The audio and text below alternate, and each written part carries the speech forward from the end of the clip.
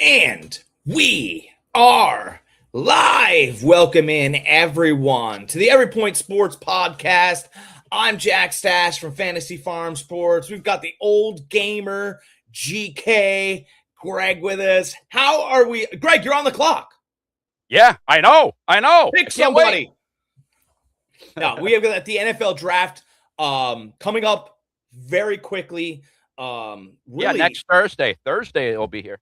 Yeah, really quickly. These teams have to buckle down and they have to decide rounds 1 through 3, 4, 5, 6, and going forward, who's going to represent their ball club, not only at the podium, but on the NFL field. It's a very important time for fans, for your team. You know, it's an important time for everybody, right? If your team's successful, the fans are happy. The fans are happy they come to games. Then concessions, people get more hours, right? It's a very important, it's a big event that could pose to your future. I mean, think about it. Nobody was happy and over the moon when Tom Brady got drafted. 6th round. But that guy employed millions of people just how he acted, how he played, and carried himself throughout his whole entire career. So teams are looking for the guys that have the talent now and quite possibly the ones that could be coached up for the future. Yes, absolutely. Absolutely. Super excited to be back. We had a little bit of time off, but we are back with our draft special. And as Jack alluded to, this could change your franchise for the media future and for the foreseeable future. Nobody thought Tom Brady's 6th round was going to do anything. Tom Brady walks right into Robert's Kraft's room after being drafted and showing up at the Patriots headquarters. Walks right into the owner's room and says, "This is the best decision you have ever made." Yeah. Playing out when Drew Bledsoe was still the starting quarterback for the Patriots. Drew Bledsoe was the starting quarterback, and this guy who was just drafted in the 6th round wasn't even the starter for Michigan. Split time as a starter at Michigan. Walks in the Robert Kraft room and just tells him that's the best decision you ever made. So I'm super excited to see who is going to be picked this year. We all know who the consensus number 1 pick is. Raiders are going to take Mendoza. Brady found his quarterback, I think, of the future. Don't you? Yeah, and that was great. Tom Brady segue, by the way. I think Tom Brady.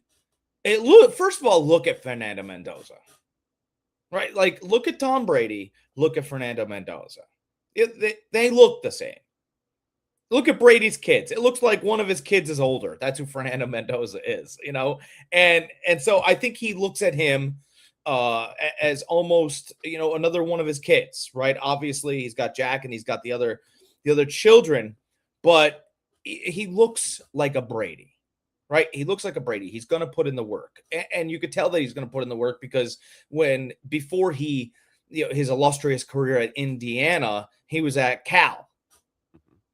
He was terrible at Cal. And Tom Brady knows a lot about being terrible before he improved his career at Michigan. Now, the only argument that they're going to have is what school has a better education, whether it be Michigan or Indiana. But I think they'll be able to figure that out between themselves. Tom's going to have – it's really tough for Tom. It's not going to be tough for Fernando because Tom Brady's going to have to figure out how to help this kid and not be on the gas pedal as much as Bill was with him, but still be on it. That's his real juxt. That's his real, because he knows what he was able to handle, and he's essentially going to be the quarterback's coach for a minute. Mm-hmm. So yeah. I think just like the Bears did a few years ago with Caleb, they had some money to spend in free agency. They went out. They surrounded him with some people. You and I talked about it. This might be one of the best teams that a number 1 pick has gone to because of the amount of money they spent. Well, what did the Raiders do this past offseason? They went out and they signed a buttload of people. They signed the best center that was available to them. They signed a couple linemen. I forget who else they brought in, but they brought in some defensive players. They kept Max Crosby, which was a big thing. So he's set up in a good situation there also. So it's up to him whether or not he's going to succeed or fail. And how about let's talk about one of their other signings the Raiders brought. The Raiders brought in Kirk Cousins. Kirk Cousins is the only quarterback, to my knowledge, that played so well while he was in. He got his coach fired. Yeah. he was when he played, they were like, wait a minute. You didn't think this guy could play? You're fired. Get out of here. Which was the best decision the Atlanta Falcons probably have ever made. And I know that they drafted Michael Vick. One of those things too is, unfortunately, Raheem Morris was put in a no-win situation when that came about, because he was happy. You have a starting veteran quarterback, Kirk Cousins. First round of the draft, you would think, all right, let's bring in somebody that will help this organization and Kirk Cousins. What did they do? They draft a quarterback. So he's kind of stuck playing the young quarterback. Meanwhile, you have a proven veteran sitting on the sideline making over $100 million. So to me, that GM did no favors to Raheem Morris. Yeah, but Raheem Morris was the guy knocking on his door about Michael Pittman Jr. I'm just saying. Yeah, no, but that the problem is that Raheem Morris was coaching the Falcons like his last job. So he had a head coaching job before this, and he had the same situation. And unfortunately, he was coaching this situation like his last one. Well, if I'm going to be out of here in a couple of years, I want to make sure at least I drafted my guy. Well, why don't you trust the new partnership for which you signed up with Arthur Blank first before you start going crazy? Trust and coach Cousins and then draft someone next year and then move on. You could do things like that. He didn't want to do it. He didn't want to be dictated to. And at the end of the day, that's where Arthur Blank went, well, if you don't trust me, I certainly don't trust you. I didn't trust the GM, and that's why the GM was out too. Yeah. No, that's who I didn't trust. You know who they were? You know, they were both fired on the same phone call. Yeah. They called Morris, and they went, hey, is the general manager there with you? He goes, yeah. He goes, good. Put you on speaker. Oh. Geez. Jay Woo. Bang, bang, Niner gang. Woo! Thanks for showing up. Greatly appreciate it. I'll get to my my Niners draft theory in a bit here. Just stick around. Watch the draft special, and when we get to the Niners, I will be talking about them specifically. That's my forte, and I got some good information. So I like Mendoza. I like that the Raiders. All right, so let's go through the quarterbacks. Quarterbacks are really easy. There's really only three. Mm-hmm. All right, if you really want to think about it, there's only two. There's Mendoza and there's Ty Simpson. After that, we got three people, really two people that we thought would be first-round picks last year. One of them's your guy. You're banging the drum about him early in the college football season and towards the end of last year about his arm strength and what he's capable of doing, and that's Penn State's Drew Aller. Yep. He's by ESPN. He's currently the number 5th ranked quarterback. For me, I would put him at 4. I would put him over Carson Beck. I know Beck has some experience in college, which is why some teams are high on Beck. He played in 2 national championship games, lost both, but number 3 quarterback is Nussmeier. If you go back to his 2023 tape, he was going to be a easy top 10 pick, probably first or second quarterback off the board. We all seen what happened to LSU. Was it LSU? Was it him? Who knows? He could end up being a really good quarterback. So there's a couple quarterbacks that we thought going into last year was going to be first-round picks this year with Aller and Nussmeier. So some teams could be getting a steal late in the second, early in the third. You know what? So I like Nussmeier. I liked his combine. I liked his tape. Do I believe that he's a starting quarterback? I believe that he can help in spots. I don't think he's a leader. I think he likes all the things that come along with being the starting quarterback. He gets up, but as far as like, he's a great college quarterback.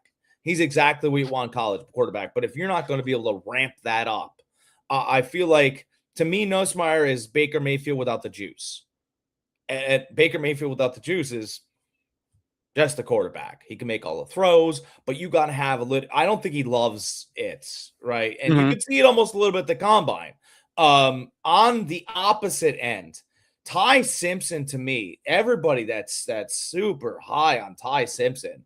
I mean, yeah, he's coach's kid, sure. Made all the throws, sure. I think really the thing that impressed me the most is that when games got difficult, he still kept working and trying to get better. My only problem with him, if Drew Aller had Ty Simpson's brain in his head, that would be fantastic. Ty Simpson, during the combine that they loved so much, I think certain analysts, what was the one? I forget who was the one, but Dan Orlovsky. I think Dan Orlovsky should be driving a bus and ESPN should get rid of him because Ty Simpson constantly had to, if you watched the stuff, he had to lift his front foot just a little bit and replace it to get that little bit extra torque. If you do that in the NFL, you are carted off the field. They will bury that leg in the ground. And I think it's a huge problem. Every time he needed to really zip it, and he didn't even mean to do it. It's like a golfer asking for an extra 40 yards and lifting that front foot. And that's a thing. So to me, Ty Simpson, if you love Ty Simpson, I think to me, he's Derek Carr. If you want Derek Carr, that's fine. Not even Derek Carr? I totally disagree. No, I totally disagree on every aspect that you just had of him, except between the head. I'm a Bama fan, so I've seen every one of his games practically. Going all the way back to last year when he's seen mop-up duty when we were blowing teams out. What was his best game he played last year? Last year, I would say against Oklahoma when we had the comeback in the playoffs because he had to show his toughness in that and plus come back. Listen, if Alabama had any type of line last year, any type of line, you would be hearing Ty Simpson as a top 10 pick. I thought his best game he played was against Florida State. No. Maybe statistically, maybe. No, I don't. But as far as tape wise, like watching him, the playoffs. I mean, we went from the second to the last game of the season, the game right before Auburn, losing to Oklahoma. All right, him getting the crap beat out of him. Just a bad all around game. Not necessarily by him, but by Alabama standards. Period. You end up going from getting the crap beat out of you to going into the playoffs on the first round and producing the way you were. Some of the balls he was dropping into those wide receivers were sick. Those are anticipation throws. What do we talk about Brock Purdy all the time? What makes him so great? Two things. What's in between his ears and his anticipation. And listen, Ty Simpson has those in spades. He's taller. He's 6'1 3/4. He's 205 pounds. So he's a little bit bigger in stature. I love him. I love him. I'm not just saying that because I'm a Bama fan.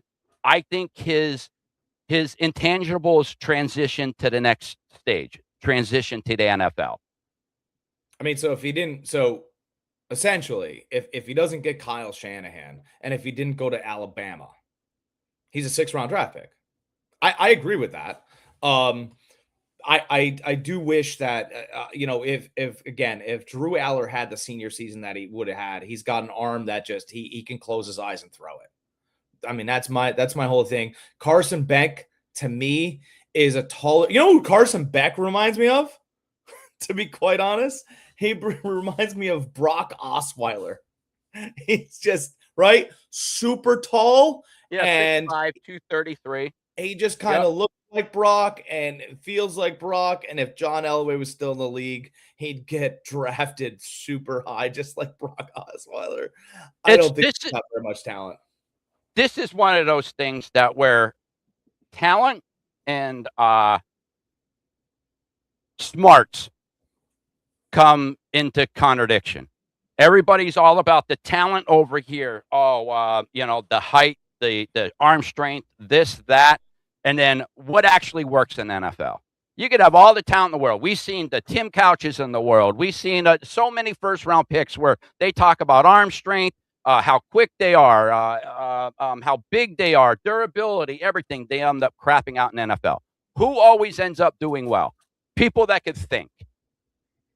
I mean, Quarterbacks organizations that that could have think it. quick on their feet. Listen, Peyton Manning had a noodle for an arm. Yep. He ended up being one of the best quarterbacks ever because of what's up here. Yeah, I agree. Oh, and we have a couple good ones in this year's draft that could end up being a decent quarterback. But again, you're not hearing about them because of one thing or another. We mentioned 3 quarterbacks that could have went in the first round this year if they would have had one off their 2023 date. So yeah, I mean, coaches have a lot to do with it in the college too. I mean, you know, Allard's coach got fired midseason. You know, Yeah, and I don't. That was super interesting. I think that the GM of Penn State, whatever you guys want to call them, athletic directors, they're general managers. I think that he had what he wanted to do was he wanted to score a ton of points at Penn State, and what Franklin wanted to do was, yeah, control sure, the we ball, old control. school. Right. Hey, Yeah. listen, I came here because we have a tradition. And I know we have Drew Aller, but I'm not gonna he's not throwing the ball 50 times. And so there was a butting of heads and You're speaking about the Franklin. He was the coach for our coach for Vandy. So he had a good ball control system that he brought to Penn State. right. System that works. Right. And I think that, so I wonder, this is what I kind of wonder. I wonder if the offensive coordinator for Penn State was getting information from upstairs and going behind Franklin, and Franklin was like furious on the sideline about it. And now all of a sudden, Aller's caught in the middle of it. And now, because it didn't even look, if you watch games, the game plan would change like after the second series. And all of a sudden now they got Aller running the ball a lot, and he seems to be confused about the stuff that's coming in. And the sad part about what happened was the talent of Drew Aller had nowhere to turn. And then he No. got injured, and then he couldn't work out and all this other stuff. And I do believe that if he ends up, if he ends up somewhere that has a decent coach, they'll be in great shape. Mm-hmm. And I don't, what, if he ended up in LA, he's a Ram. Oh, he's the next starting quarterback for the Rams as soon as Stafford retires. And You're absolutely right. If the Vikings didn't have JJ already, if Kyle would end up with them, there's like five coaches in the NFL. If he would go to, he's in a great situation and he's going to succeed in the NFL. So you're right. So that's because he's got the tools. Mm-hmm. I mean, he's got blindfold. I mean, I'm not saying let's not say he's Josh Allen, but let's not pretend like Josh Allen's the most accurate quarterback in the NFL. And he wasn't. That was his knock coming out of college. He had a less than 60% completion rate in college. You have that in college. A lot of times teams aren't touching you until late. As a Cowboy, not a Dallas Cowboy, a Wyoming Cowboy. A Wyoming Cowboy. So, right. So, some of their career and some of their situation looks the same to me. Mm-hmm. So I think he's got the most upside in the whole draft. I think that Fernando Mendoza probably has the most pressure coming off of Heisman. Absolutely. Then he has to go deal with Tom Brady. Yep. I'll go as far as to say is I think Ty Simpson to me lands somewhere between, and this is not a knock, this is a compliment. He lands somewhere between Derek Carr and Mark Sanchez. That's a compliment, by the way. Mark Sanchez has a winning, he's a 6-4 playoff record, and he's got wins against Peyton Manning and Ben Roethlisberger, so that's not a knock. And I'm not talking about the new pills Sanchez either. So, guys of that stature, I mean, the only place he can go is winning a Super Bowl, and I don't think he's just coming out of college. So we'll see. I think those are fair comparisons. I don't think it's a killer arm. Yeah, I think Ty Simpson's going to end up being a fine quarterback in the NFL as long as he goes to the right team. As we just said, teams mean everything where you go to. That's why we were talking about Drew Aller. He has to go to the right team in order for it to be beneficial. We need to move off of quarterbacks because we have only a limited time today. But I do want to talk about one quarterback really quick that's pretty far down on the depth chart. Let's But go. he's impressed me every year that I've watched him play for Vanderbilt, and that's Diego Pavia.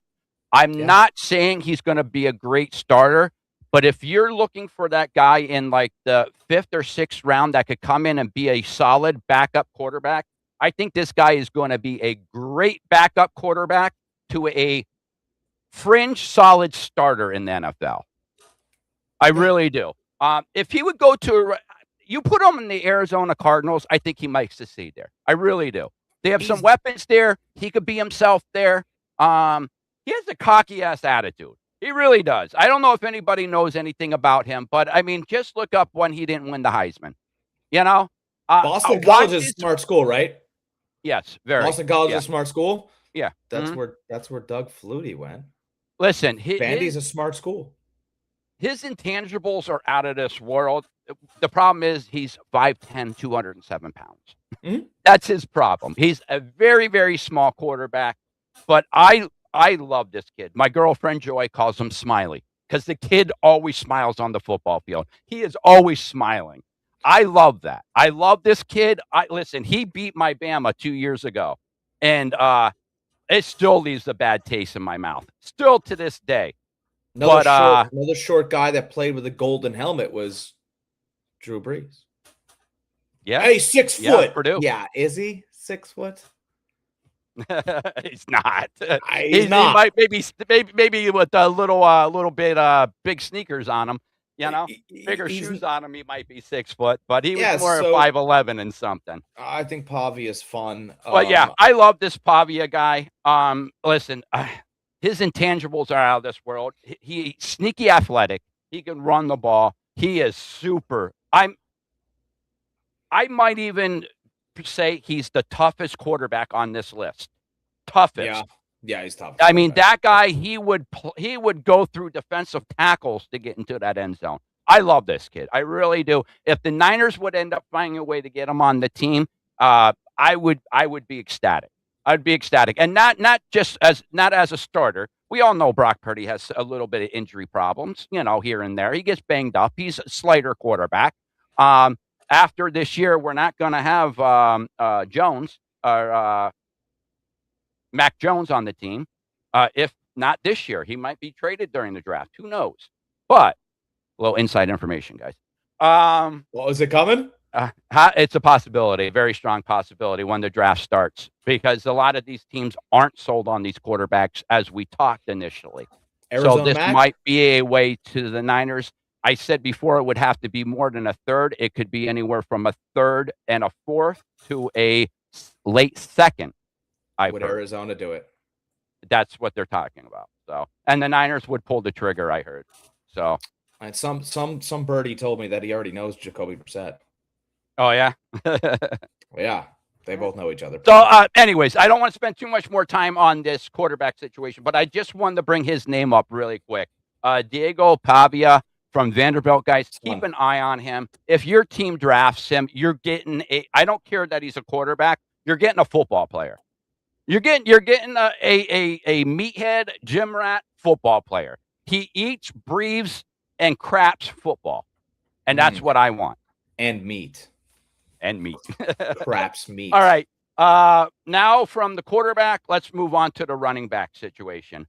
Our top 2 running backs, I'm going to let Jack take this away because they're from his crappy Notre Dame. But anyways, from Notre Dame, so he probably has a little bit more insight on me. Everybody knows about Jeremiah Love, but I know Price is an interesting prospect, especially when he did see his spot duties. You want to talk a little bit about him? Yeah, I think both running backs could have started at any school, really. I think Jadarian Price went to Notre Dame because of what the university offered him. To me, Jeremiah Love, if you guys love Kenneth Walker, I think that's what you're looking at here. Kenneth Walker was a 4-year starter at Michigan State. Yeah, but let's stop it. Michigan State is a great school. Le'Veon Bell came out of there. Kenneth Walker came out of there. Kirk Cousins came out of there. So let's not pretend like they don't put pros in there. Notre Dame puts pros in there as well. Jeremiah, listen, they're another team like Iowa. They produce yeah, pros. yeah, They they just do. do. They're always a solid college school. Never for the national championship, but a solid school. But they produce pros and good pros too. Yeah, yeah. Enjoy your day when you're traveling up there or they're coming to town. It's never a party. They're tough right? guys. They're tough guys. They You know what I are, mean? right? Yeah. They couldn't afford to go to Michigan, so they walked across the campus, right? And then they went into Michigan State, and they're not a Wolverine, but they're a Spartan. Spartans come with knives and could slay Wolverines, just in case we're keeping up with our mascots. I do like Jeremiah Love. I think he's the best, probably the best running back in this draft. Oh, absolutely. Yeah, he's not as talented. He's got a little Leonard Fournette to him too, right? He likes to bang in there. He likes to pick up hard yards. Tennessee needs him. Tennessee needs him because they don't have a quarterback. And yeah, maybe Cam Ward has some tools, but I don't think he can read defenses, and I think the books he prefers are coloring. But a running back will help you, right? Because if a running back is really good, then Cam Ward doesn't have to play quarterback. Oh, I was just going to say, what's a quarterback's best friend? It's not a wide receiver. It's not a tight end. It's a great running back. Yeah. It's a great running back to take pressure off the passing game. You're able to take the pressure off the passing game, get 8-man boxes. That makes you as a quarterback so much easier to throw the ball around. Yeah, and so much like so remember what made Tua good? Well, what made Tua good was speed. If he had speed on the outside, he could throw to the outside. Well, what made Cam Ward so good at Miami? Because let's not pretend like he didn't look good at times. What made him so good? Time in the pocket.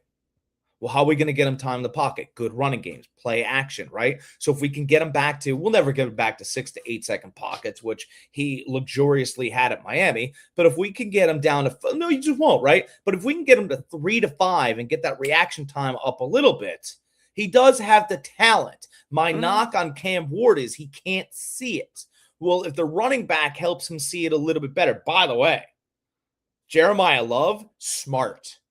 So he's a voice now in that huddle, right? And if I'm going to make your job easier, I know you have the tools. And that's what I think what we're looking at here. Jeremiah Love is not only a running back, but he's a piece for the offense. That's really where you want to be. Anytime a running back in the draft in this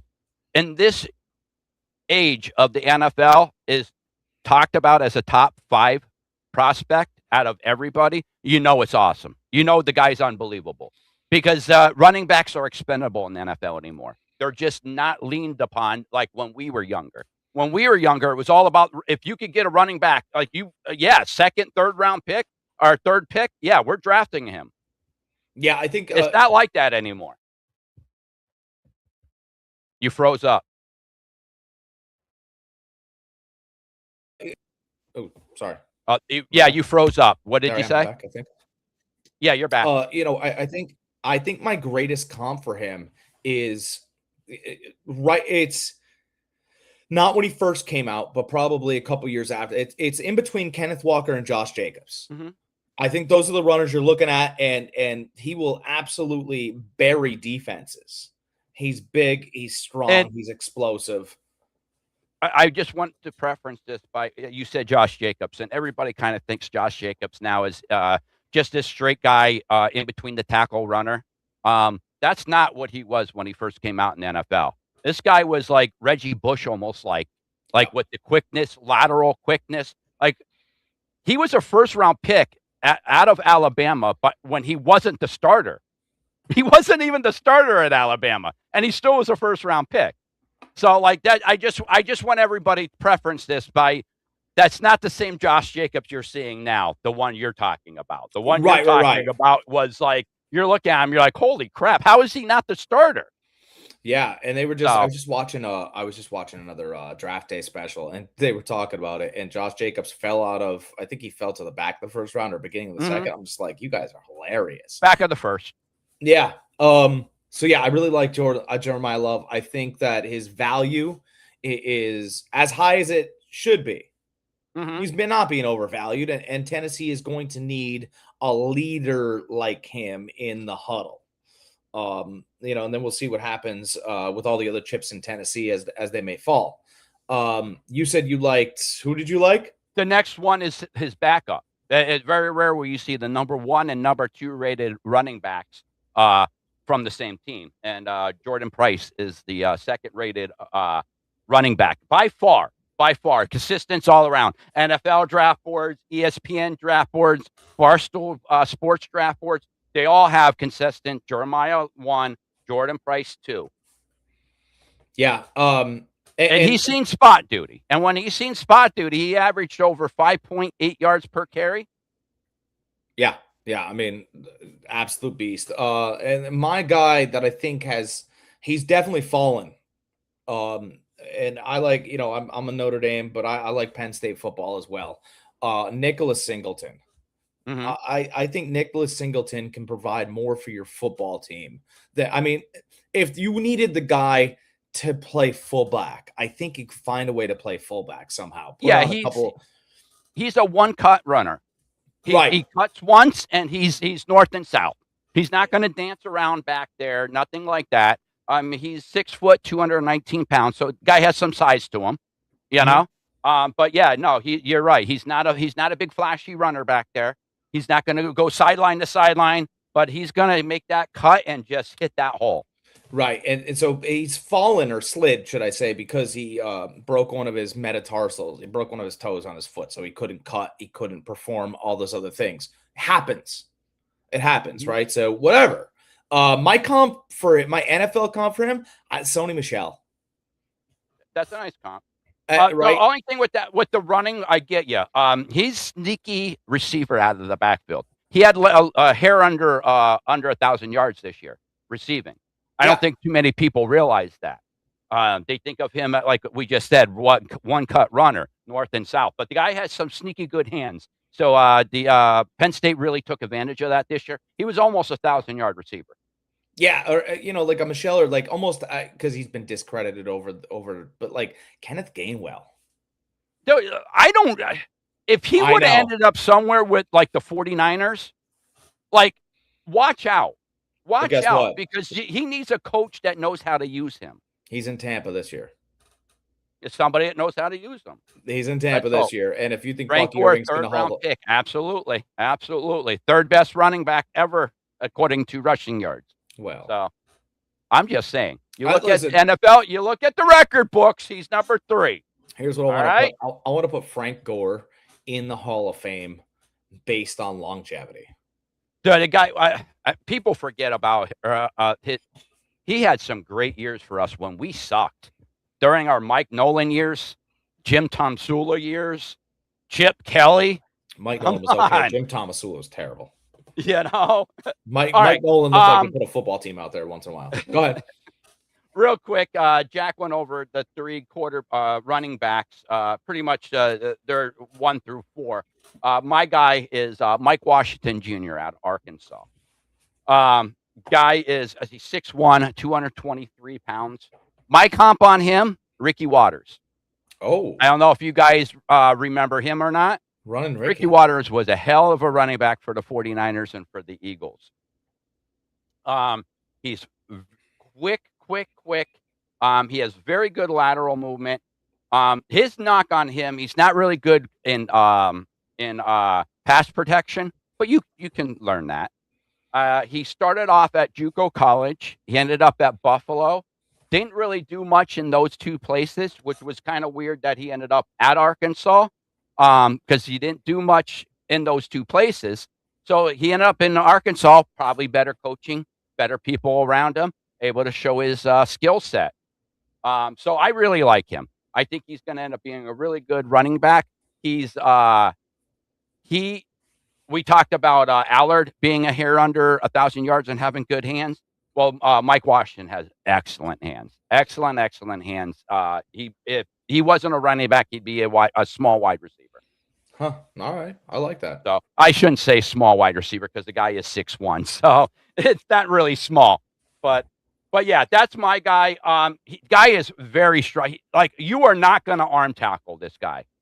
In the NFL, we see a lot of these big guys, these big defensive tackles, throwing their arms out, just grabbing a leg or something. you're not going to get this guy down. You're just not. Yeah, 233 6'1", pounds. The guy is a 224. monster. Yeah. Like he's almost like remember Darren McFadden out of Arkansas? Yes. Yes. Yeah. Mm-hmm. Yeah. Yeah, he's probably a little bit slower and thicker, but yeah, Yeah. McFadden was so fast. he was a So track fast. she was a track Yeah. star. I mean, we love Bo Yeah. Jackson, and that's fine, but you know, McFadden was a track star. Yeah. Yeah. Yeah. All right. Let's move on to wide receivers. Okay. This is a pretty big group. There's the contestants number five of them. Not really sure how it's going to fall. Who's going to be picked first? But overall, I feel like this is a fairly deep wide receiver class. By most analysts are saying it's really not, but to me it is. After doing a lot of studying, watching. Listen, this is the first year I didn't work on the weekends. So I watched as much college football as I possibly could watch. I am actually able to, like I used to, really dive into these players. And listen, there's some really good wide receivers here. Some really good ones that's going to be taken in third, fourth round. We'll talk quickly about the top ones. You like your Mikael Lemon? Yeah, I just think he's a gamer. I think that he Mhm. was bored at the combine. I think that's why his combine looked bad. Obviously, or looked lackluster, or he did whatever. I just think he wants to play football. Mhm. His comp is, or his comp on ESPN is Amon-Ra St. Brown. That's St. probably, Brown. Yep. And it's just because his size and speed. He's not the quickest guy in the world, but like you just said, like the guy just plays football. He catches everything. Like yeah, he kind of, I like that comp. I like Amon-Ra St. Brown comp. I also like a Luther Burden.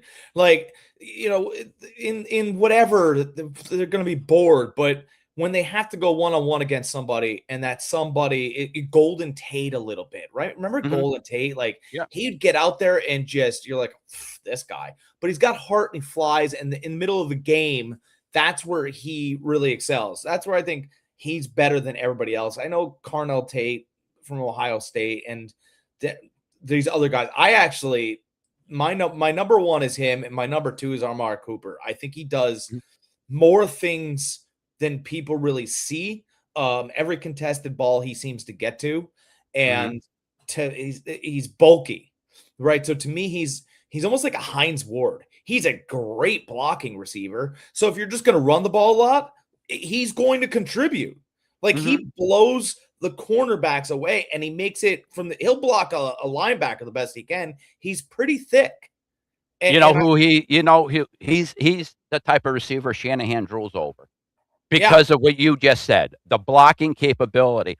The Shanahan, he expects every one of his wide receivers to block like a tight end or a lineman. he likes it though. Like when you Yeah. watch those Indiana tapes, and if he's not involved in the play, he likes to do the blocking.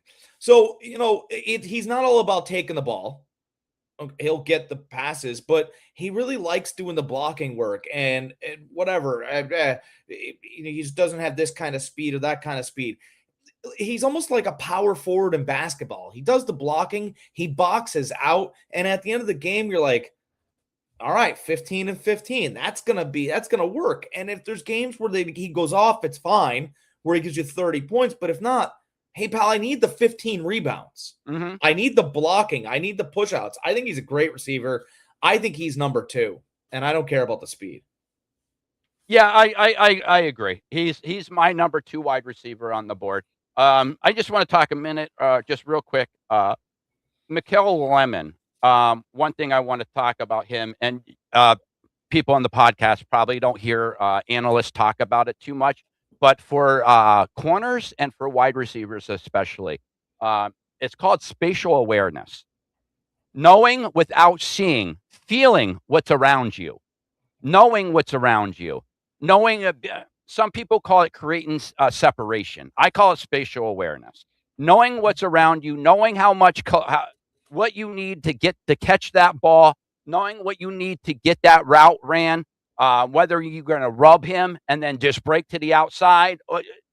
Spatial awareness is so key when you're playing the two positions, cornerback and wide receiver. And Mikael Lemon has that in spades. Yeah. Spades. Yeah. And That's part of the. And that's what negates him as far as not needing that top end speed, is because he has that. Yeah, and again, Jerry Rice talked about it great. Everybody's faster when you're getting chased. Yeah. Oh, absolutely. All Yeah. right, I mean, so Jerry Rice ran a 4.5 something. He ran not the right, fastest ever, but and you ask any one of his quarterbacks, they're like, "Well, I don't know how he ran past that guy." You yeah, ask and Jerry. I don't need you to be perfect on every play, but I do Mm-hmm, need you to. I need you to find ways to affect the game. mm-hmm. Right, Oh, go ahead. Finish. we're watching. We watch. We're in the baseball season right now, right? And your leadoff guy is so important, right? Because if your leadoff guy can stretch a single into a double, let's say he does that, or Mm-hmm, he's in a scoring position on second base, and if there's some wild pitch or something, right? Because the pitcher's under pressure now, that guy gets to third. Your batter only has to pop the ball out. So if he stole a bag or caught an extra bag because your outfield was lazy and this guy made it to third, how much did that guy, your leadoff hitter, just affect an inning? mm-hmm, Because if he's slower and muddy and didn't pay attention or didn't have the energy to get those extra steps, they weren't bags, they were just mm-hmm, steps in the beginning. Now the jersey's dirty, he's out in third base, and all you have to do is pop the ball out in the outfield, and he's got you a run. And you know as well as I do, great, Jay Wu, that's a great example. Ronald Acuna, the yeah, Corbin Carrolls, those guys get extra bags. And when you get extra bags, you affected the inning by scoring one run. It's huge. And mm-hmm, Amari Cooper Jr., if he blocks that cornerback like his life depends on it, which he did a lot in Indiana, now all of a sudden your linebackers, which have become quicker and not stronger, can now be blocked by a 6-foot tree stump. mm-hmm. And now you own that side of the field that man's on. If that's not valuable, I don't know what is. Yeah. Mm-hmm. And listen, the reason why Indiana's running back Black got a lot of those yards, I know he's a tough runner, but it's because of his receivers blocking downfield. I mean, you just watched other colors of the uniforms on the other teams disappear, right? Mm-hmm, It became a candy cane. You were looking on the outside of the field, and it was red and white. That guy got easy yards. Good for him. It's a team mm-hmm. sport, but it can only be a team sport if you Yeah. have players that are collectively trying to build the team. Mm-hmm. I I just want to would. touch base real quick on a few wide receivers, but before I Oh, do that, I want to answer his question real quick. Uh, Third and Juan, hopefully coming back. I wouldn't count your chickens on that. Um, I don't think he's going to be back. If we did not sign Christian Kirk, I think there would be a possibility of him coming back. But from all accounts and purposes, I heard the wide receiver room is perfect where it's at, and they would like to add one person through the draft. So I wouldn't think Jawan Jennings is coming back. If anything, possibly getting signed, I would say Tennessee after the draft. So that's my prediction is him going to Tennessee. A lot of people thought maybe Washington. I don't think Washington's a fit for him.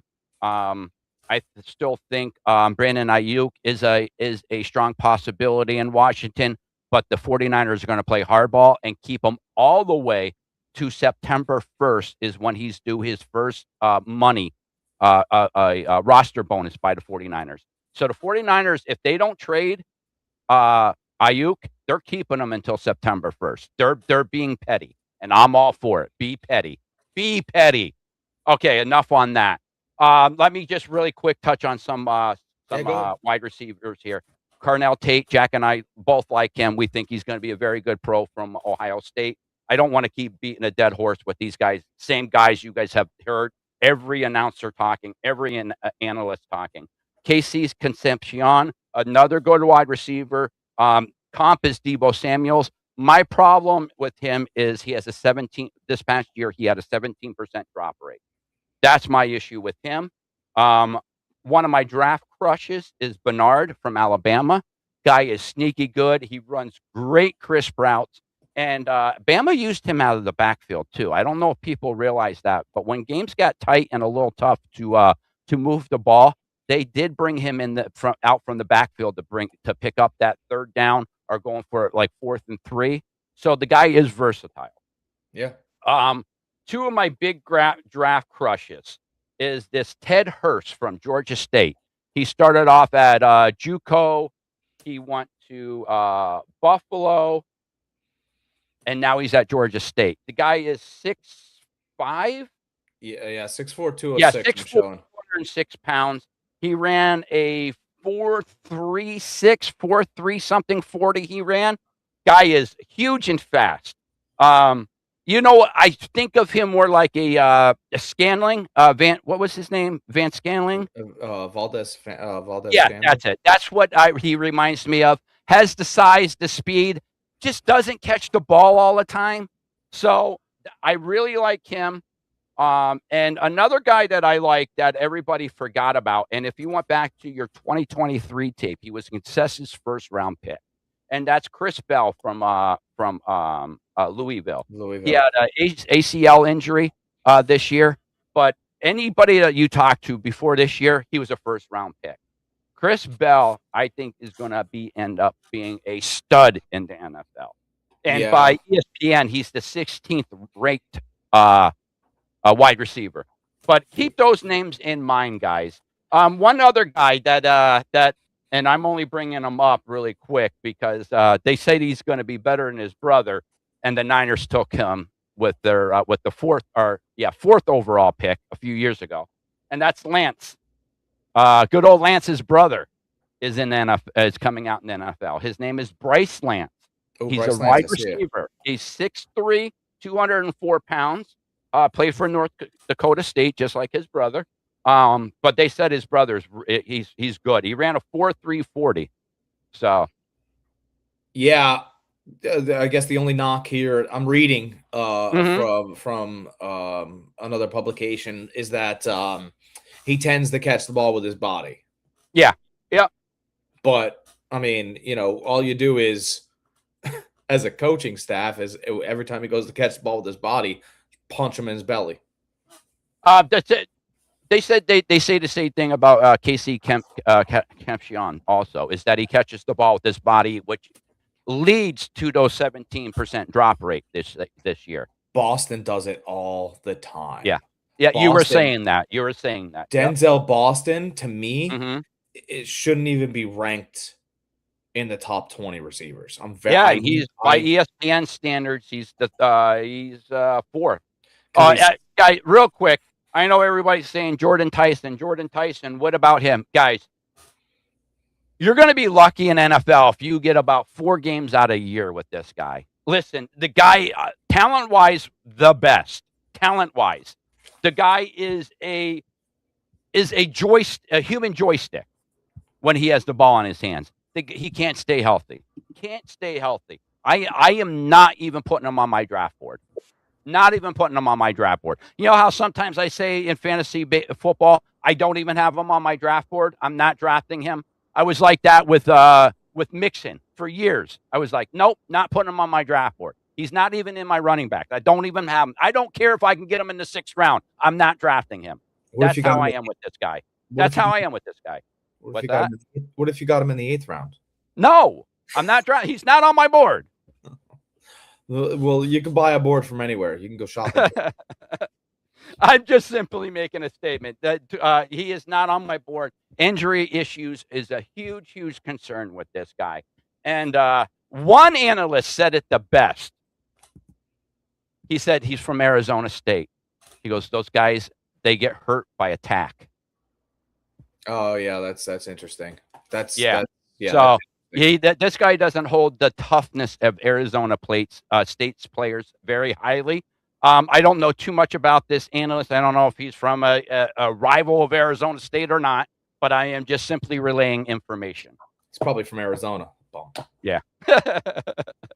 All right, let's the next 2 positions we're going to get through pretty quick. We got tight end. Really, there's nothing really to talk about too much with the tight ends. Kalen Shadik, the number 1 tight end, ran the fastest tight end ever, ran the fastest 40 ever at the combine, ran a 4.4. Fastest before that was a 4.46 by my guy Vernon Davis. But But this guy here is a matchup nightmare. Anybody that watched Oregon Ducks this year knows how special this guy is. Yeah, I mean that would be a great addition. Where's he projected to go to? I heard anywhere from the sorry, let me look at the draft board here because I forget how it's going to go here. Oh, that's okay. I was just wondering, like, I heard. Okay, Green Bay, Houston, Jacksonville, Rams, Miami, Minnesota, New England, pretty much from the 15th pick on. 15th pick on. Okay, so Pretty much that's where they're talking about. The contestants where I see him being drafted by is the Eagles. I see him going to the Eagles on a lot of mock drafts. I don't know if he makes it there. I really don't. This guy, anybody that knows anything about football, I mean, you guys seen what Loveland did this past year? Like, a tight end could be like the thing that puts you over the top. And that's kind of what happened with the Bears this year. They got Loveland last year, and he just put them over the top. He opened up everything else for everybody else. And I think that Shadik could do the same thing. This guy is special. And I don't get really high on tight ends too much. But I listen, I'm going streaking if the Niners freaking trade up to get him. I'm going streaking. I live in the country, so I'm streaking through some deer and stuff, but I'm just saying. Yeah, but you're gonna have to video it for the rest of us. But that's how special. That's how much I love this guy. We'll have right up here where the Every Point Sports podcast sits. It'll be Greg's running man. that's what it'll. So you guys got to root for San Francisco to take this guy because we'll have it up there and it'll just be Greg's ass running through the woods. Is all we'll see. The rest of the tight ends aren't really good this year. You got the guy from Alabama that could catch a little bit when he's healthy, but he's a little bit on the smaller side. He was banged up. Traveris is his name. And he's way down on the board, guys. I'm just trying to give you some guys that I like. I don't like this Max Clare from Ohio State, Sam Roush from Stanford. There's a bunch of guys on here that I could care less about. Another guy I like is this Marklin Klein. Sorry, we got tongue-tied here a little bit. This guy is big, 6'6", 248. He's pretty far down on the depth chart as far as tight ends go. He's probably going to go around the 4th, 5th round, somewhere in there. But he's not flashy, but the guy blocks very well. He could catch the ball, and he's a huge target. Huge target. A lot of room for this guy to grow and be molded into whatever team drafts him. But he's a guy, he's one of my sneaky guys that I like later on in the rounds. All right. One of the other things to look forward to, or maybe look to see, this draft is little, not a lot, but it's a little underwhelming, which means that you can get guys that are undervalued in whatever spot you want. But there have been analysts that said look for teams to be trying to draft out of the first round and gain picks for future picks, basically. So next year's draft is supposed to be one of the best drafts. So there are teams that are sitting there going, yeah, we kind of need it this year. And there are teams that could sit around and kind of wait. And they're just going to be shoveling first round picks to the teams that think that they need to improve that way. So that's something to look forward to. There will be lots of trading, but I don't think trading in. I think trading out. Okay. The only thing that I think for the trading in part would be late in the first round for one of the quarterbacks that they want so they can pick up that 5th-year option. Maybe. And that would be the only reason is because of that 5th-year option. It's that one extra year that you get to see whoever you drafted, whether or not you want to pay them all that money. Yeah, I mean, that's a small price. It's one pick, and you're trying to draft back in. Yeah, especially when you're talking about a quarterback. Like if you're jumping back into like 29, 30, to try to get that quarterback, to maybe get that Ty Simpson, to get that 5th year, that's valid, very valid. I would do it. The guy that I would do it with is not just the most talented guy, but he's also the youngest guy. The guy I would do it with and want to see the extra year out of is Drew Aller. He's the Like I youngest. said, any one of those quarterbacks that Well, even though, listen, those quarterbacks aren't going to sniff the first round. Just to if let you guys know. it's a tie though, if it's a tie between all of them, that kid's the youngest. So Yeah, no, I get it, of but course, I'm just saying, like, those guys are going in third, fourth, fifth round. Those guys that they're not going into the first. Not Nosweier, Nosmeyer, guys like that. They're just not. They're going later on in the draft. This draft is loaded with some good positions. Wide receiver is one. We're talking about the offensive linemen now. This one is one of the best ones for offensive tackles. A lot of the tackles are going to be moved into guards, but still, very, very good. We got some good tackles. We got Mongolia from Francis from Miami. We got Freeling from Georgia, who people are saying is one of the most talented ones. He's just raw. Yeah. Kalen Proctor from Alabama, who everyone thought was supposed to be this great, great guy. He had a down year last year, a bit of a weight problem. He played himself into shape last year from Alabama. He was at 390 pounds at one point. The guy's a monster.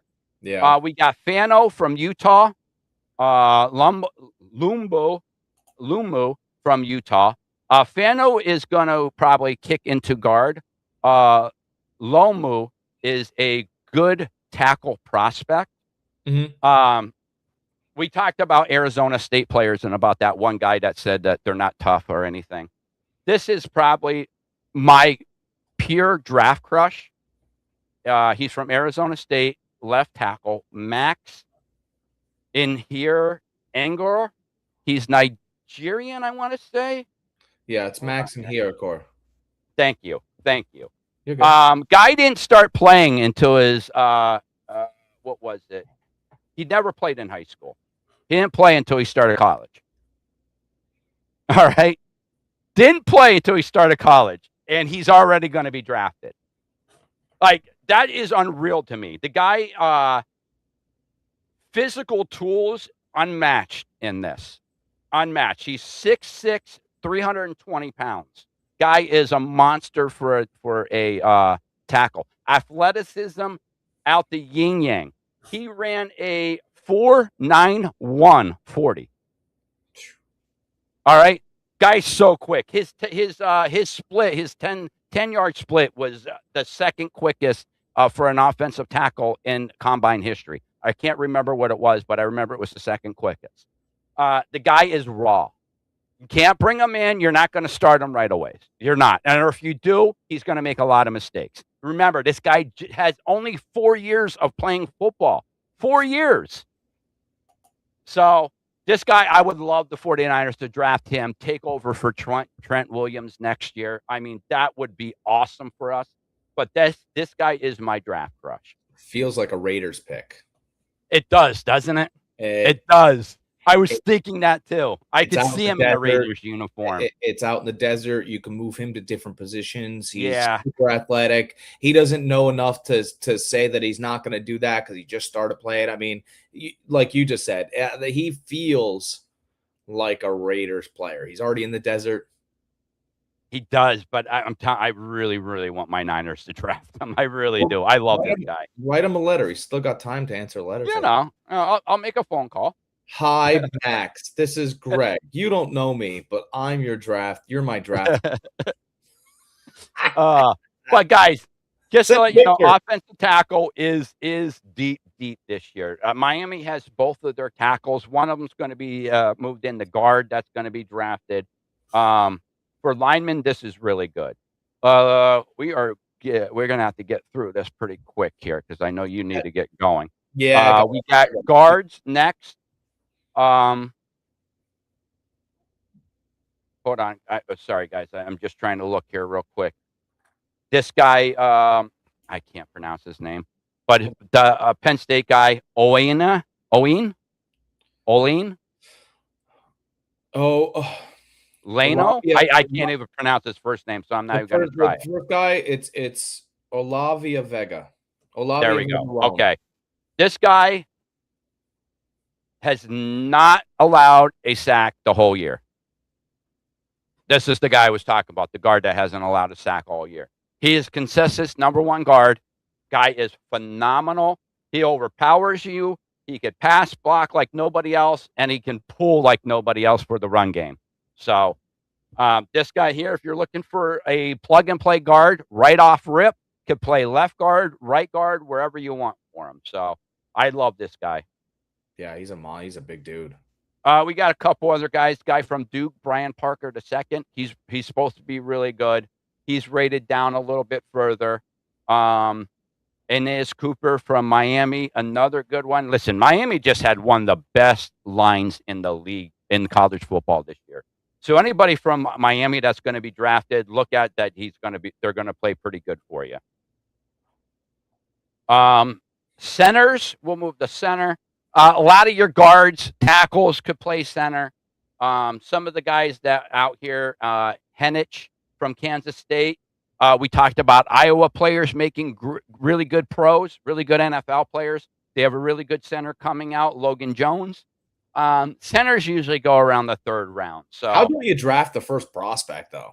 Yeah, we're bringing up the guy. What's his name? Jake Slaughter.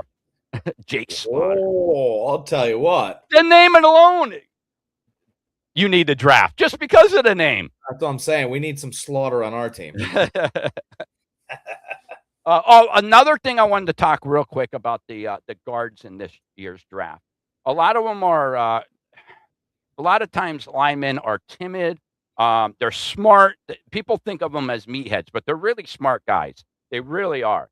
But the guards coming out in this year's position, they said, are extremely smart. That's why they can move around. A lot of your guards can move into center. So I just wanted to point that out, that not only the toughness is there, but they have it in between the ears this year. That's good. Defensive tackles, guys. We have some good ones. We have some ones that dropped after this year's production. I know everybody's high on Caden McDonald from Ohio State. Yeah. My big guy I like, according to ESPN, is number 4. I like Christian Miller. Guy is a stud. 3-year starter at Georgia. The guy just pushes the pocket no matter what. Another guy that I think up until this year, guy from Clemson, and I hate Clemson. I hate even talking about him, but we will, is Peter Woods. He had a down year this year, but so did Clemson all around. But if he would have came out the year before, he would have been consensus top 10 pick. Yeah. So guy is a beast of a player as far as strength-wise. Not as far as size-wise, but as far as strength, the guy is freakishly strong. So, and that's what I'm reading about a lot of these guys. Everybody's like, oh, plays with power and strength. Can you do a little bit better? Yeah. He's a powerful, strong guy. I know he's 6'4", 321. Thanks. Christian Miller is powerful and strong. But I wonder if Caleb Banks is powerful and strong too, because he's 6'6", 327. He's got to have some power and strength. Oh, no, like absolutely. It's just, those were the guys that I liked personally. I'm just reading the silliness which is written here. It's like, if you're over 6 foot and you weigh over 327 pounds, you should be able to move a car. Mm-hmm. And I'm sorry if your comp is Javon Kinlaw, who the Niners drafted and moved on from and brought over the Jets and still didn't do nothing. Yeah, that's not a very good comp in my book. Write something with a little bit of flavor, though. Like, hey, I saw him move a car, a Mini Cooper in West Palm Beach at least 40 feet while no one was looking. I caught him with binoculars out of my apartment I rented. Something with some powerful and strong. Says who? Well, me. Yeah, I know. 6 foot, 327. Pretty. You would hope they are. Right. Peter Woods is a good run stopper and rusher. Christian Miller is a guy that's just going to push your pocket. If you want a guy that's going to push the pocket back to the quarterback, That's your guy right there. There's actually rumors that the 49ers might draft him at number 27. Oh, all right. Yeah. The coaching staff are in love with him. So next we got well, you know what? They have linebackers next. We're gonna go with edge rushers. Yeah. This is the cream, the crop of the draft is the edge rushers coming out this year. You got a legit anywhere from 9 to 10 starters coming out right away. I'm just going to run down kind of what ESPN has, and then we'll kind of just talk a little bit about who we like. David Bailey, Bain Jr., Messidor, Folk, Zion Young, Howell, Gabe Jackus, TJ Parker, Mikael Lawrence, Derek Moore. That's your top 10.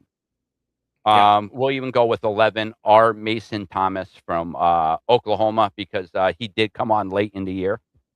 Any one of those guys are starting right off rip in the NFL. This is such a deep edge rushing class. Now listen, every one of these prospects you could pick apart. This one has short arms. This one didn't run this. This one didn't do this. This one isn't good at the run. This one is good at setting the run. You could say that about every one of these guys, but I just want a quick run down them. David Bailey, he is to me, your consistent best edge rusher, period. He has the arm length. He has the speed. He has the bendiness that you're looking to get around the edge. And he produced at Texas Tech. Next guy I like is, and this is where I said about arm length, that if he had 2 inches longer arms, he would probably be the best edge rusher in the league. And that's Bain Jr. from Miami. This guy here has a motor that will not stop. Will not stop. I love this guy. If you look at him in a national championship game, he was Mendoza's worst nightmare. They had to game plan. They had to change the game plan from that side of the ball. You talked about how Alabama had to do that one game, and how they had to move to the other side of the field. This guy here made that offense, Indiana's offense, do that. Yep. So, like, I love this guy. But like I said, his knack is the arm length, and consistently in NFL, edge rushers that have shorter arms just don't produce as much. They just don't. They need that reach to grab the quarterback any way they can once they bend around that edge. But this guy here has a motor that you can't deny. Yeah. Can't deny. Yeah. Howell is another guy from Texas A&M. He has the same problem, short arms. But if you look at the tape, this guy here, he was people's nightmare. He was ridiculous. And I'll finish it off with 2 guys that you didn't hear too much about this year, but their workouts were incredible, and their 2023 tape was better than their 2024 tape was better than their 2025 tape. And that's TJ Parker from Clemson and Mikael Lawrence from UCF. Okay. And I'll leave it at that, and let you pick up to wherever you want to pick up from. Oh, I gotta fly. Oh, you do? Yeah. All right. We've been on for almost an hour. I got a couple other obligations to get to today, but it was great hanging out with you guys, going over some great draft prospects, Mm-hmm. and we can meet up again and talk about a few others Mm-hmm. if or whatever news comes forward. But I'm going to be doing baseball stuff Mm-hmm. the rest of this year. I'm going to be doing pickups. Fantasy guys you want to add, pitchers, teams that look good, all that type of stuff on fantasyfarmsports.com. Go check us out if you're interested in writing sports. Greg's a writer with us. Mm-hmm. We've just added a few more writers. We're looking to add a few more.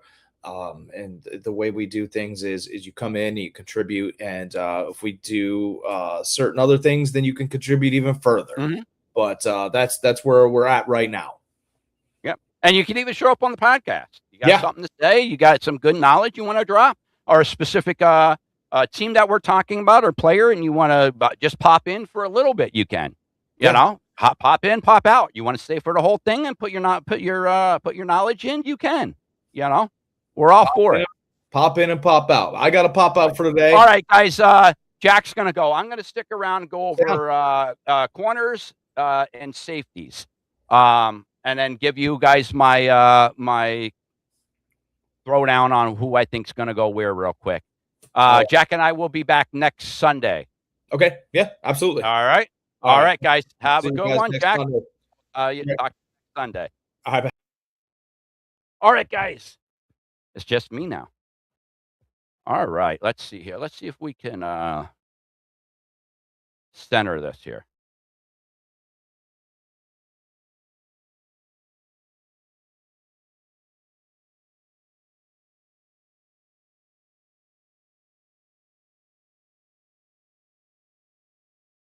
Can I get rid of this? There we go.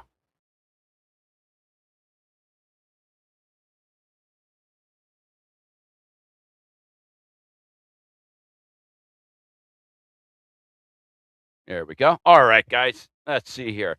Let's see. That was our edge rushers we just went through. Jack really didn't say too much about them, but I'll continue on with them for a little bit here. We got R. Mason Thomas out of Oklahoma. Really good guy. 6'2", 241, so he's a little light. It's hard for him to set the edge for the run, but he is a really good edge rusher. He'll get to the quarterback. He also could drop back in coverage. Let me see here. Corners. This is a very deep class in the cornerback range.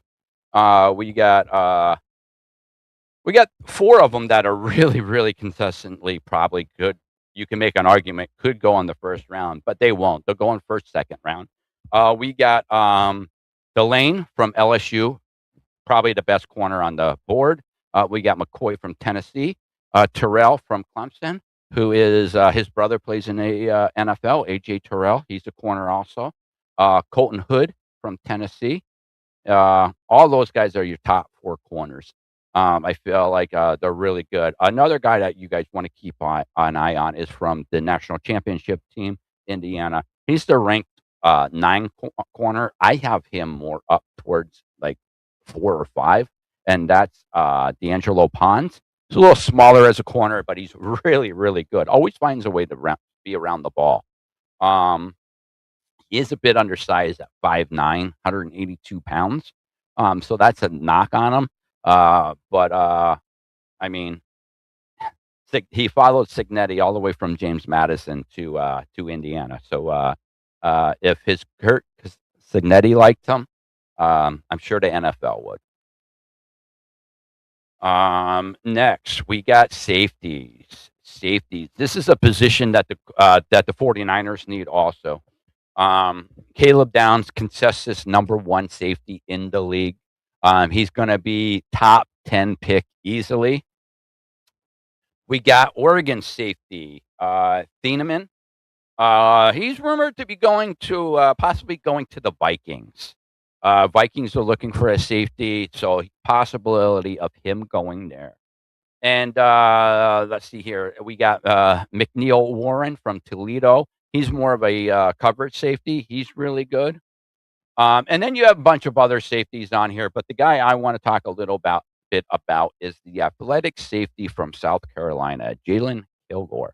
This is somebody that I think the Niners might end up drafting, possibly even with their first pick, or maybe trading up into the second more to get him. I know he's rated 6 on ESPN safeties, but he's probably either the 3rd or 4th best safety, by my opinion. He's good as a run stopper. He has all the tools to be a coverage safety in the NFL. He does have trouble missing tackles. He needs to fix his angles and pursuits. But again, that's all he can work on that. That all could be coached up. He has great awareness and great instincts. So this is a guy that I would be extremely happy if the 49ers drafted. Warren is another guy I'd be happy with the 49ers drafting. But I have a feeling he might be off the board before the Niners pick. I think the Downs is going to go top 10. Thienen is going to go top 20. Warren maybe top 25. So, I mean, there's other safeties here too, but nobody that I'm extremely impressed with. Yeah, so guys, I mean, that's about it. That's what we got here. Um, I will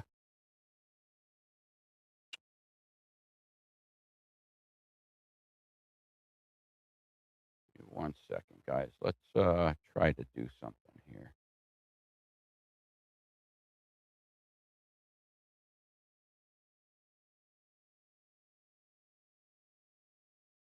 Okay. Let me go through my first round here and tell you what I think is going to happen. Raiders, I think everybody knows they're taking Mendoza. They're taking the corner. Second pick, a lot of people think Avel Reese. I don't think it's going to be Reese. I think it's going to be David Bailey. I think he's going to be the second player off the board. Cardinals, this is interesting because they could go defense or offense. Think this might be a spot where Reese goes, or maybe his partner in crime, Sony Styles. But we will say Arvell Reese is going to go here. Number 4, I think Jeremiah Love. This is where he goes. I think this makes the most sense. If the Tennessee doesn't take him, they're definitely going defensive lineman. And then I could see somebody like I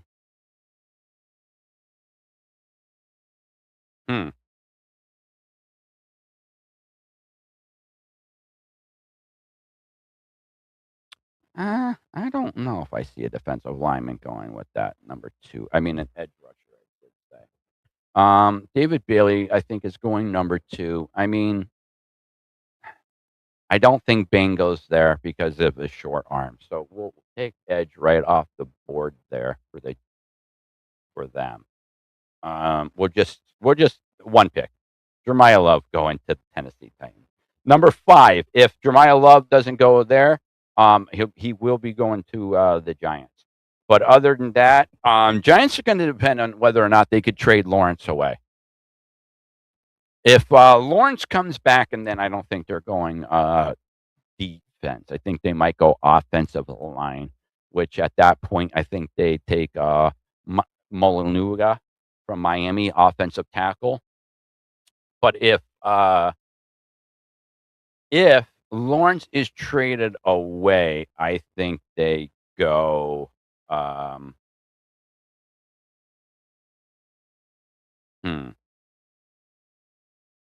Mesidor probably.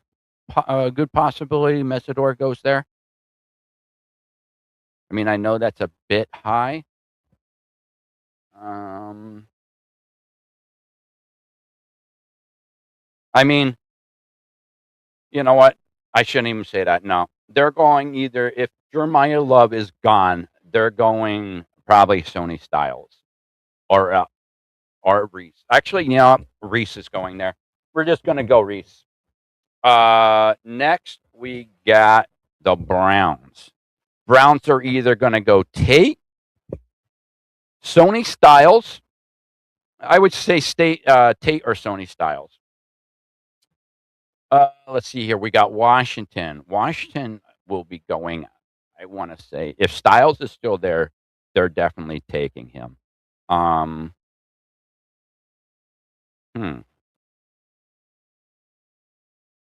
Let's see. Washington also needs a wide receiver. They need line help. I mean, they could go line. They could go best available lineman. They could go Freeling. He's really good out of Georgia. So let's see here. So yeah, any one of those guys Washington go with. This is the big one here. What's the Saints gonna do? What is the Saints gonna do? What do they need? They need running back. They need wide receiver help. They could use the tight end. They could use defensive help. They need help all around. So with them, you just go probably best player available. which I'm not doing a mock here, so it's kind of hard for me to keep track of everything that's going down here. But this could be a spot where Caleb Downs goes, or Mikhail Lemon. I think any one of them. Depending on they could like Jordan Tyson more than Lemon. So next we got the Chiefs. Chiefs have a couple needs here. They could go tight end, which if they get Sadiq to take over for Kelsey when he retires, that's huge. They could go wide receiver here, get the best, not next best wide receiver. I think we had Tate and Tyson go possibly. If Lemon is there, if Boston is there, Cooper, Concepcion, any one of them is there. Think this is a little high to go corner. Think they'll go corner with their next pick. Next is the Bengals. I mean, the Bengals need to go strictly defense and defense only. So, I mean, you take the best defensive player off the board, which to me, I mean, Bain Jr., he's such a stud. He really is. But those short arms, I could definitely see it being being an edge rusher though, with them losing Henderson. So it could be Bain Jr., it could be Messidor. I don't think Folk or Zion Young goes that high, even Howell goes that high. But these are players that are coming off the edge. I don't think there's a defensive tackle in there for them to. I mean, McDonald's way too high for that. We got as far as linebackers. Anybody come off the edge there? No. Sonny Styles, Reese is gone. The rest of these guys, Hill and C.J. Allen. We got Jacob Rodriguez, who won every freaking defensive award you could possibly win. One of the best linebackers in the league, which I hope the Niners get him. Yeah, that's a position we really didn't go over. But my crushes for linebackers are C.J. Allen and Jacob Rodriguez. If the Niners drafted either one of them, I'd be extremely excited. Extremely excited. All right. So next we have the Dolphins. Dolphins could go a number of different ways. They need a safety. They need another corner. They need defense. Period. And they traded Waddle away. So this is somewhere where I'm actually going to pin in. If he is still there, I'm pinning Jordan Tyson into them right away. If he's not there, I can see KC Concepcion going there. I really do strongly believe the Dolphins are going to go wide receiver. Next is the Cowboys. I know you Cowboy fans have been waiting to see this. The Cowboys, I think, are going to go safety. No matter where they are at, I think that's where it's going to go. I think they might trade up to get Downs. I think this is where Thiemann or Warren goes. Next, we have the Rams.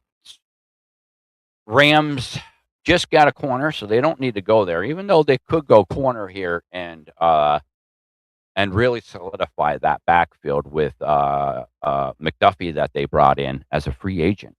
They also could go wide receiver here because we don't know what's going on with Puka.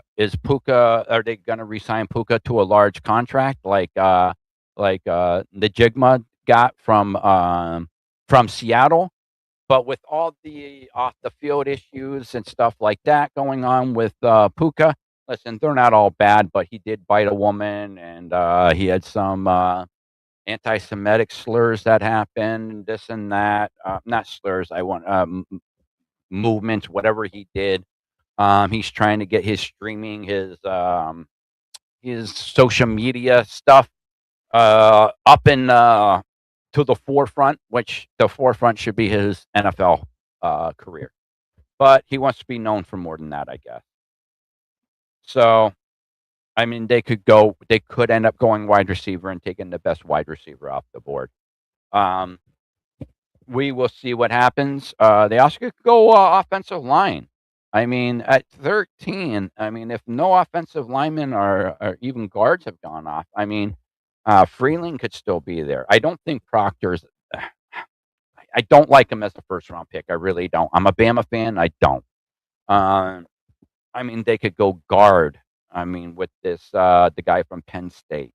Um, and then they could go back to edge rusher. I mean, I know they doubled up 2 years ago on their line, which was a strength of theirs on defense this year. So they could go a number of different ways. Then we got the Ravens. Ravens, I think they'd be most suitable to go probably corner. That was their secondary uh, was their basically the weakness of the team last year.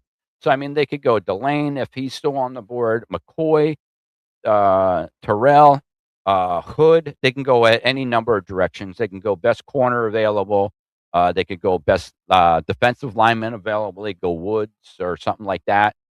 So yeah, it's going to be interesting to see which way they go. But those are the things that I think they need. Next, we have the Buccaneers. Buccaneers needs help. I know they drafted wide receiver last year, but they lost. Um, sorry, guys, I'm drawing a blank here. They lost a wide receiver Evans to the 49ers in free agency. Goodwin is coming off of injury. And they do have a young guy there, Enigma. I forget what his name is, but something like that. Anyways, so they probably could go wide receiver, and there'd be a bunch of them on the board at this time if nobody jumped up and grabbed them. But they could go Amari Cooper, Casey Concepcion. They could go to a David Boston, who's pretty much the same body type as Evans, just not as fast. Or they could end up going defense, which they needed defense, so they go best available linebacker. Next, we got the New York Jets. Jets could go. Listen, they need everything. I think I would go. If they went tackle here, I would go offense. Or sorry, defense here. Maybe this is where Bailey goes, or not Bailey. Bing goes. This could be where Falk or Zion Young goes. That's what I think there. Same thing with the Lions. Now, see, everybody is putting the Lions at offensive line help or defensive line help. I pretty much think this is where they could get a corner, and they can get one of the top corners here. So that's what we're going to go with the Lions. We're going to rush through here real quick, guys, because I need to get going. So we got the Vikings. Vikings, I have that safety Thiemann penciled in here. If he's available, that's where I think they're going to go. That's their number one need. Panthers, I think, is going offensive line, so they'll probably go best guard available. Then we got the Cowboys at number 20. I think they go line here, if not defensive line. Pittsburgh still needs help on the offensive side, so I think they could go either Price here, the second running back off the board, or they could go linebacker here too. Yeah. All right. All right, guys. I think this is going to be about it. I need to get going. Well, really quick, we'll talk about the 49ers with their 27th pick. I'm not sure. Here, we're just going to pause this real quick. I'll be right back, guys.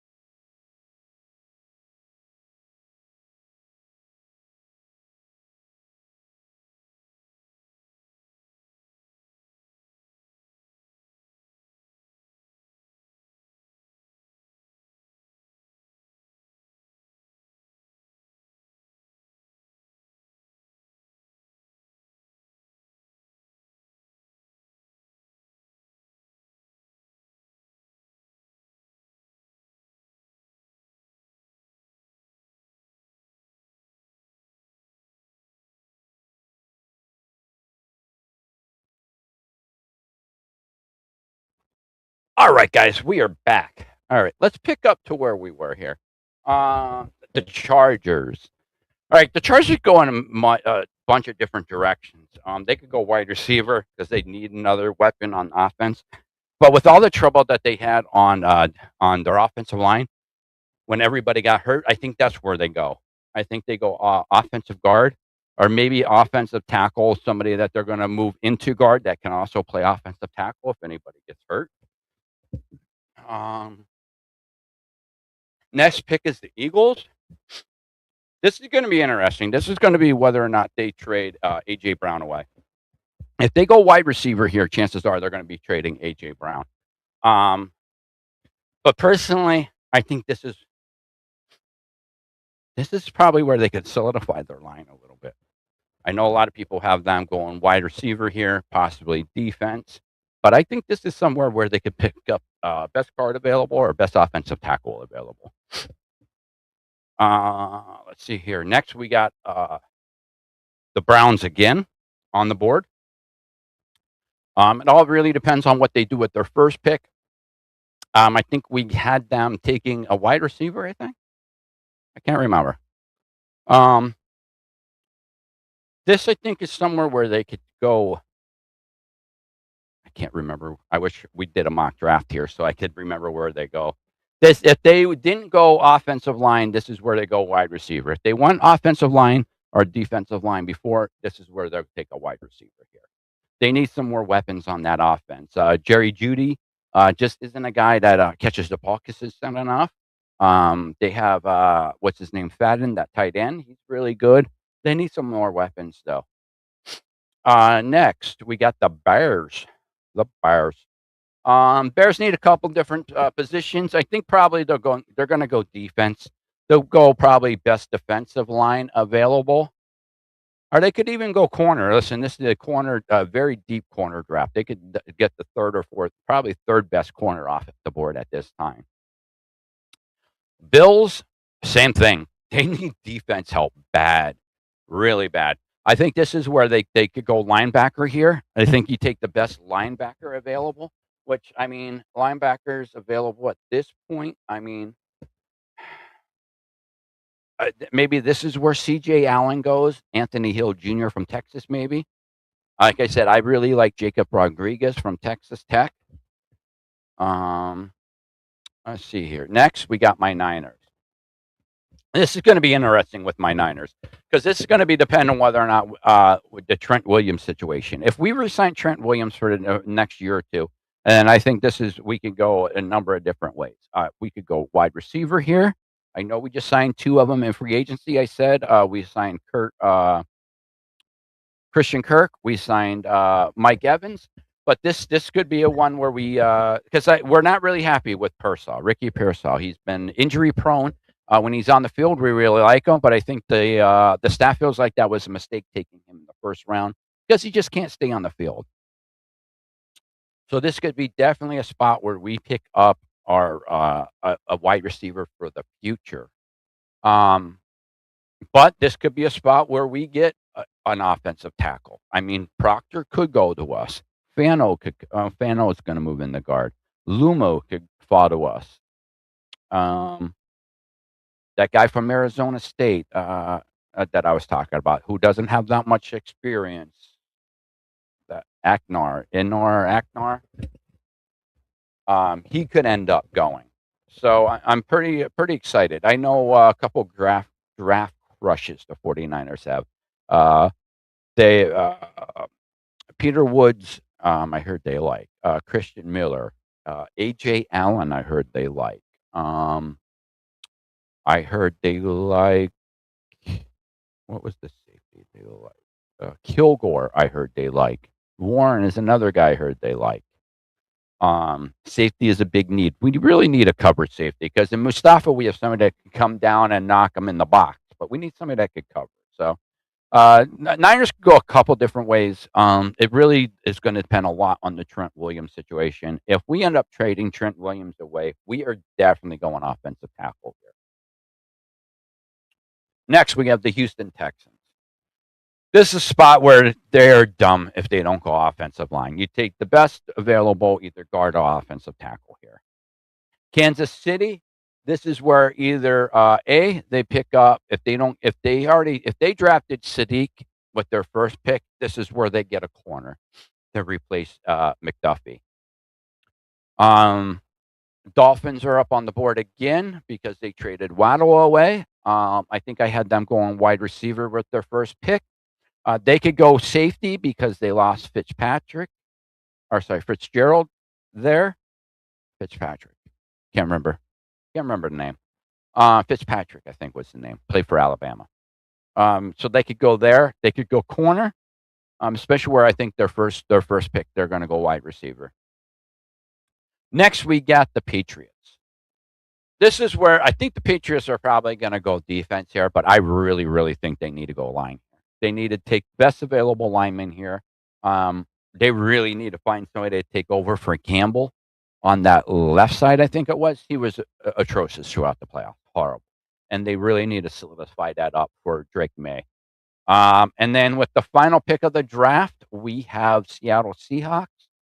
This might be this right here is a spot where I think if Price hasn't gone yet, I think they go with Price, the second best running back, to replace Kenneth Walker that they lost in free agency.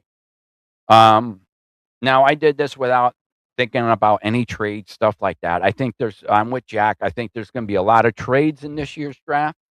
Some trading out of the first round, especially in the later part of the first round. I think some teams are going to try to trade up to get their guy.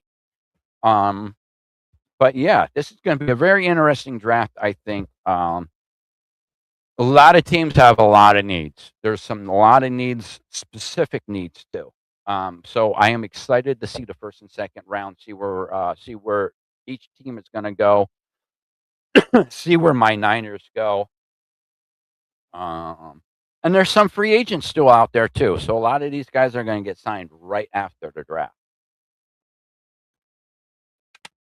So, but on that note, guys, that is going to be it for me today.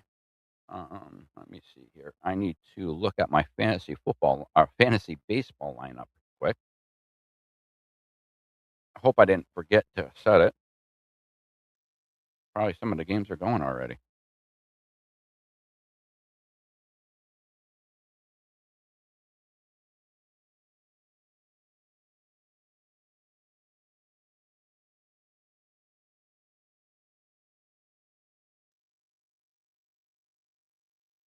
All right. 2 pitchers going today. Good there. All right. Sucks. My first pick of the baseball draft, Soto, still on the IR though. All right, but this we were talking football, not baseball. All right, guys, that is it for me today. That is it. I'm probably gonna hop on, maybe play a little Arc Raiders. So stick around on the channel. Check me out there. If you guys have any questions, drop them in the comments, and we will be back next Sunday, guys. Everybody have a great night, great week, and as always, guys, be excellent to each other.